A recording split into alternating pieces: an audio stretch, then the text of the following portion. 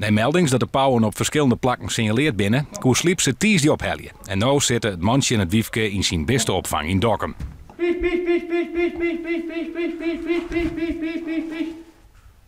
Pauwen, ja, die ben je net alle dagen, of wel? Nog haast nooit. Kom hier haast nooit. Ik ga het ook alles één keer mij maken.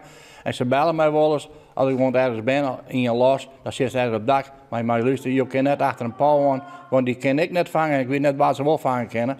Maar dan bij deze, toevallig, mensen dan wat, die hier de vee naast erin, hen. En de jongens smieven het voor door de grond heen.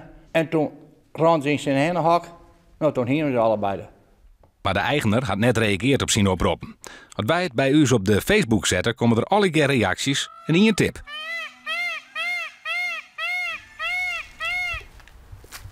Jo, weet er meer van de pauwen?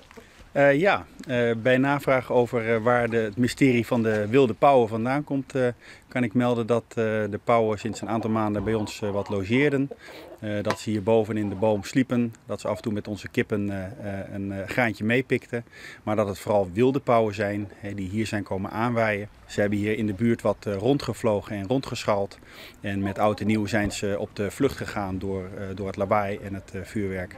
Bij hem zitten de wilde pauwen zo'n september in de tuin. Pogingen om te achterhellen wat ze doen wij kwamen smieten neer op. Bremer hoeft ze net waarom. Zeker net als ze dan kwartwiekt worden matten. Mogelijk kennen ze bij zijn familie te plak, die er rond te hebben.